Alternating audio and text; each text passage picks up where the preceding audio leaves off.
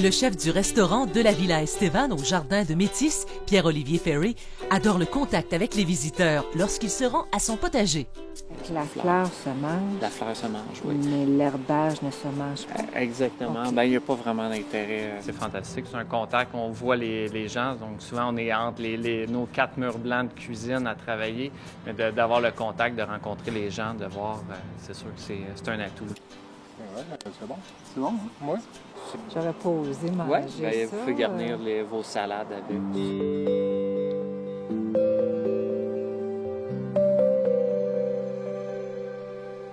Et puis la vue qu'ils ont. Imagine la vue de la chambre. C'est au cœur du paradis floral des jardins de Métis, classé site patrimonial, qu'on retrouve cette autre source d'émerveillement, la Villa Estevan, qui abrite le restaurant de notre chef. C'est votre première visite ici? Oui. Oui. Donc, bienvenue dans la Villa Estevan. On est dans la maison de Mme Rayford présentement, la maison qui est habitée de 1918 à 1959. C'est en 1926 qu'Elsie Rayford, alors âgée de 54 ans, entreprend cet ambitieux projet de réaliser des jardins fleuris. Des jardins qui, aujourd'hui, correspondent à son tempérament de l'époque, audacieux, traditionnel et novateur.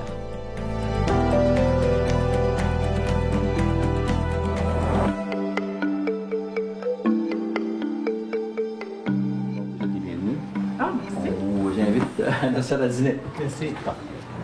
Premier service, une bisque, 2 potages. Deuxième service, 2 turbos, s'il vous plaît.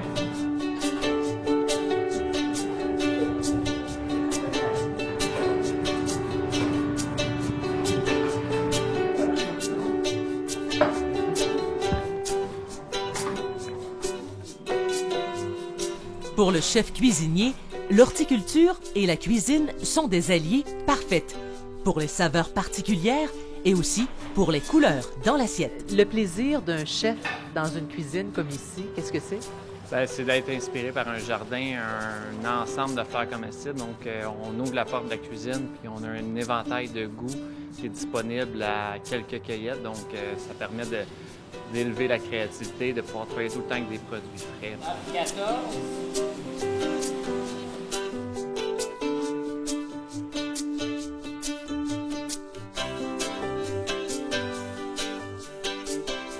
C'est grâce à l'horticultrice Patricia Galland que le chef cuisinier bénéficie d'une grande variété de fleurs aux saveurs et arômes uniques, lui permettant de concocter de délicieux plats. Maintenant, étant donné qu'on utilise les fleurs dans la cuisine, ben, je vais pousser un peu plus loin ma recherche. Je vais vraiment aller voir, oui, est-ce qu'elle peut être comestible? Est-ce qu'on peut, certaines parties de la plante peuvent être comestibles? Si oui, ben, c'est d'autant plus intéressant, c'est une valeur ajoutée. C'est d'avoir des herbes, des fleurs qui vont être pleines de goût, sont récoltées, servies dans des fois 1 heure, 2 heures de temps. Donc là, c'est la fraîcheur garantie. Là. Ça sent pratiquement rien, puis vous pouvez le sentir. Puis le truc, si on veut vraiment parfumer quelque chose, on le prend dans sa main, on tape, et là, vous allez voir.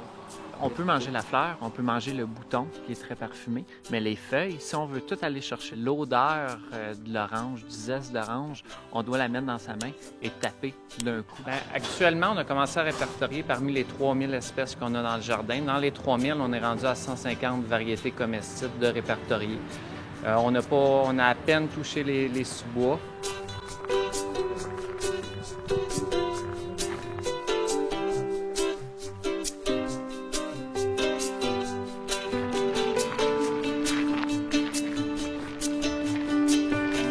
Sécher pour faire du safran, les boutons fleuraux